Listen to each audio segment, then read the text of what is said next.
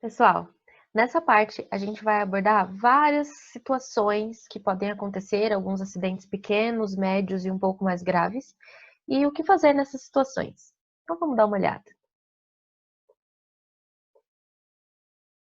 Bom, é muito comum a gente se deparar com um momento de sangramento, algum corte, alguma coisa desse sentido. Se ocorrer algum corte ou lesão grave, com muito sangramento e hemorragia, primeira coisa é a gente conseguir identificar qual é o tipo de hemorragia que está acontecendo. Se for uma hemorragia arterial, se a lesão tiver sido numa artéria, a gente vai visualizar que o sangue ele esguicha impulsos, né? Essa é uma das lesões mais comprometedoras, porque a gente está perdendo muito sangue nesse tipo de lesão, foi uma lesão arterial. Então a gente precisa comprimir imediatamente essa região.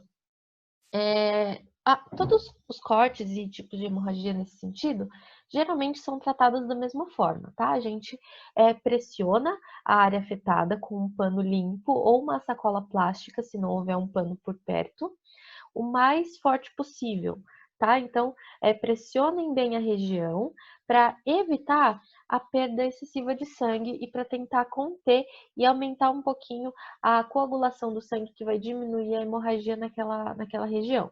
Se houver algum objeto nesse corte que está causando, não retire esse objeto, tá bom? A retirada desse objeto pode causar mais sangramento e mais lesões.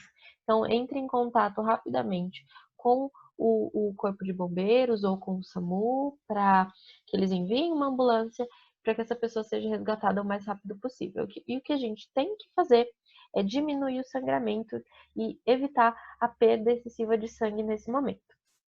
Deixe a vítima sentada ou deitada para evitar desmaios e, de preferência, evitar que ela fique olhando para o corte.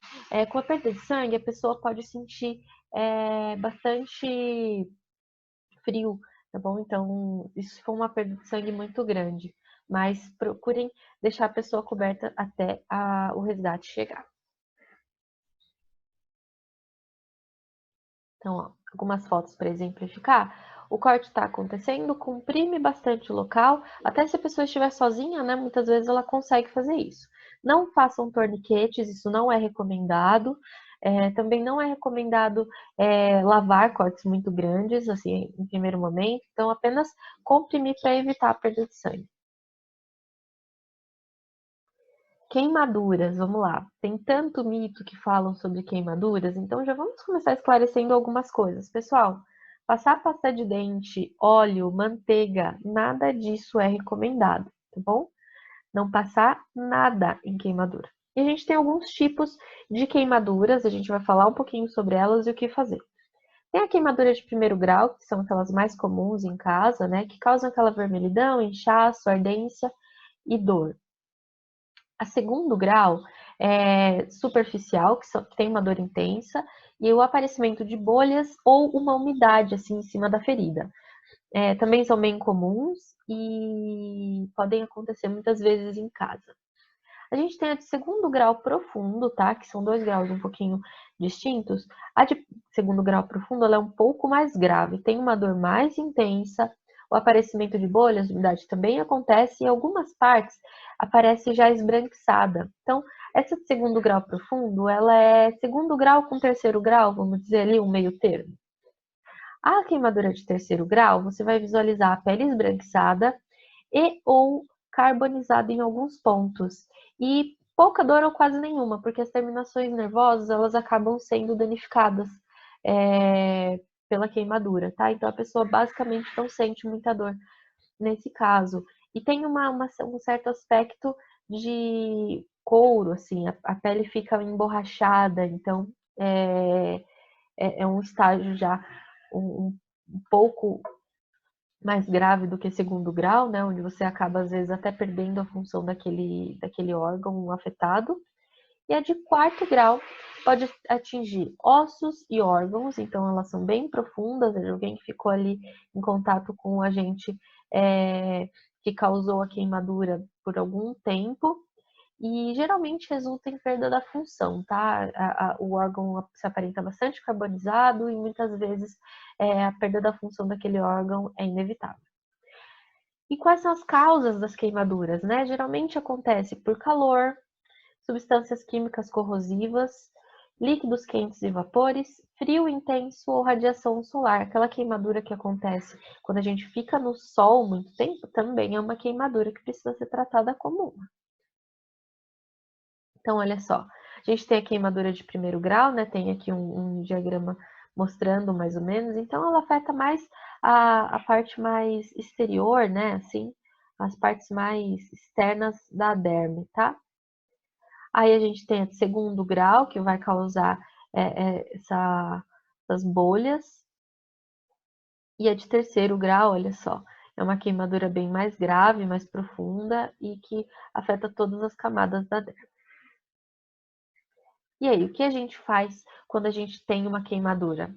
Primeira coisa que a gente tem que fazer é eliminar a causa da queimadura. Então, é alguma coisa que está pegando fogo, a gente vai tratar esse fogo para eliminar esse fogo. É algum óleo quente, água quente, coloque em um local seguro. Então, tenta eliminar a causa da queimadura, isso é extremamente importante. Depois, a gente vai molhar a queimadura com água fria, não gelada, mas fria, tá bom? Nesse ponto, nesse tópico, é importante destacar uma coisa. Algumas queimaduras por químicos, tá? Produtos químicos, não devem ser tratadas com água. Isso é muito importante. Então, sempre que for utilizar um produto químico corrosivo, dê uma olhadinha nas indicações, porque muitas vezes é preciso um outro produto químico para estancar ou para tentar tratar essa queimadura. E às vezes colocar água vai até piorar o quadro da queimadura. Então, sempre que for utilizar um produto químico, esteja ciente de como tratar uma queimadura feita por esse produto. E se houver uma queimadura por esse produto químico, antes de colocar água, dá uma olhada na embalagem, porque eles sempre trazem alguma informação a respeito de queimaduras com esse químico específico. Deitar a vítima, a menos que a queimadura seja nas costas, né? Então, se possível, deixar a vítima deitada, calma, tentar manter a pessoa calma. Tire o tecido que estiver em contato com a queimadura, se possível. E se não, se o tecido estiver com dificuldade de sair, não insista, deixa para o corpo médico realizar os procedimentos adequados para tirar esse tecido, porque você pode acabar arrancando um pouco de pele e deixando a lesão mais exposta. Não fure as bolhas de jeito nenhum. Se houverem bolhas, não mexa nelas, não fure. Evite tocar também, colocar as mãos ou qualquer outra coisa nessa queimadura. Não coloque, mais uma vez, gente, não coloca pasta de dente, não coloca manteiga ou qualquer outra coisa na lesão. Espera chegar ao socorro para eles fazerem os devidos tratamentos. Ah, mas é uma queimadura simples, eu queimei em casa, não vou chegar a ir ao médico. Aí tudo bem. Depois de lavar com bastante água abundante, até deixar o seu próprio corpo, né, criar uma certa inflamação ali para tratar aquela queimadura, aí você pode usar algumas pomadas específicas, tá? Com bactericidas ou até algumas específicas para queimadura, mas aí procure o farmacêutico ou uma drogaria adequada, né? Vocês vão comprar e achar alguns produtos específicos para isso. Mas demais queimaduras mais graves, não usem nada, vão direto para o tratamento médico. Esse aqui é interessante, porque picadas de animais peçonhentos podem acontecer, a gente está aí suscetível a isso, e também tem vários mitos que envolvem esse tema, né? Então, amarrar o local, chupar a picada, cortar, furar, nada disso é eficiente e deve ser feito. A gente precisa evitar todo esse tipo de mito e deixar isso para trás. O que a gente faz? Sempre que possível, tentar capturar o animalzinho, né, que causou esse acidente, para poder levá-lo junto ao serviço de saúde, onde a pessoa vai ser atendida, para ser identificado e ter o melhor tratamento mais específico possível. Mantenha a vítima deitada sempre para diminuir a absorção do veneno e com o local picado, né, ou lesionado, sempre abaixo da linha do coração, para que a circulação desse veneno seja o mais limitada possível. E aí vamos falar de alguns animaizinhos específicos, tá? Abelhas e marimbondos e vespas, dá pra gente tratar em casa, na maioria dos casos, a menos que a pessoa tenha uma reação alérgica muito forte, nesse caso tem que ir para um pronto-socorro imediatamente. Mas em geral, o que a gente faz? Remove o ferrão e aplica compressa fria para diminuir a dor, o inchaço, e com o tempo isso vai passar.